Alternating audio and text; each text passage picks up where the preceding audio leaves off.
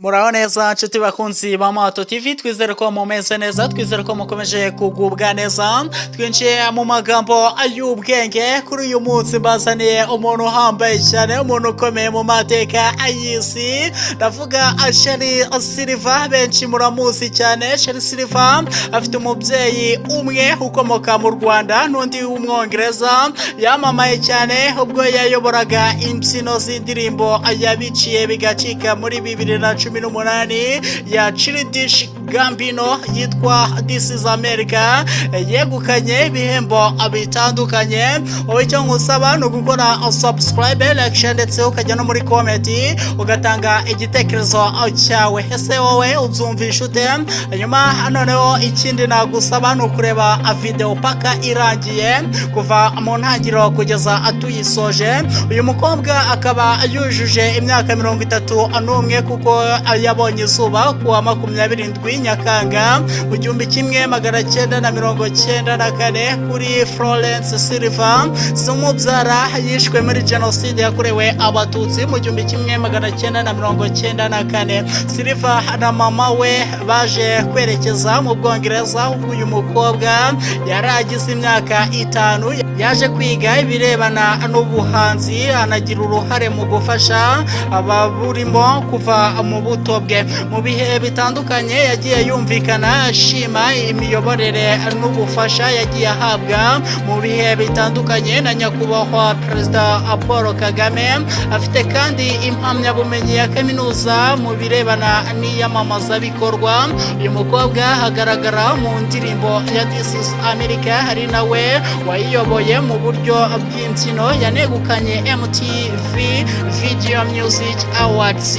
Silver kandi akorana n'ikigega cy'umuryango w'abibumbye cyashyiriweho iterambere ry'ubuhinzi mu gushishikariza urubyiruko kuyoboka uyu mwuga cyangwa gukorera ubuvugizi uruwurimo. Byanatumye muri 2019 ahura na Papa Francis. Amashusho ya Silver yigisha umuyobozi mukuru w'ishami rya Loni ryita ku buzima OMS Tedros Adhanom Ghebreyesus kubyina.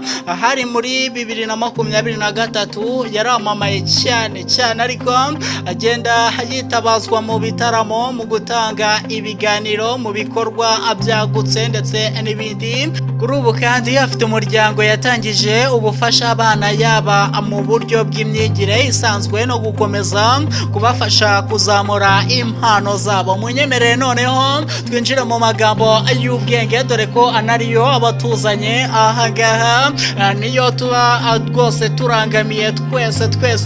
Reka mbasabe rwose gukora subscribe utari wakora subscribe, ubundi mureke binjize mu magambo y'ubwenge yavuzwe n'uyu mumama. Sheri Silver yigeze kuvuga ati urubyiruko rw'u Rwanda rufite amahirwe adasanzwe, tugomba kuyabyaza umusaruro tukagira uruhare mu kubaka igihugu cyacu. Sheri Silver yigeze no kuvuga ati iyo wizeye kandi ugakoresha impano yawe neza, nta kintu na kimwe kikunanira. Nibyo rwose, iyo impano yawe uyizeye ndetse ugakomeza kwizera ukanayikoresha neza, nta kintu na kimwe cyashobora kukunanira. Sheri Silver yaranavuze ati nkunda igihugu cyanjye, ndagikunda cyane. Iyo ndi hanze y'u Rwanda mpora mvuga ibyiza byabo. Nibyo rwose, ugomba gutaka iwanyu cyangwa se aho wakomotse, no mu gihe waba utakihari. Harimo abagenda rwose bagahita bibagirwa.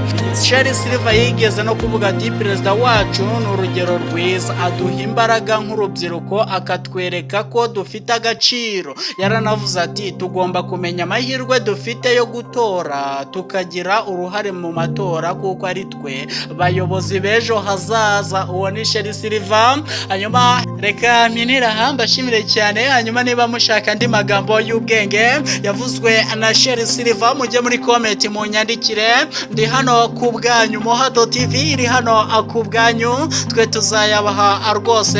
Hanyuma nizere ko mwamaze gukora subscribe, like ndetse mukajya no muri comment mugatanga igitekerezo cyanyu. Ngaho ntimugire ibihe byiza, amahoro y'Imana nakomeze abane namwe.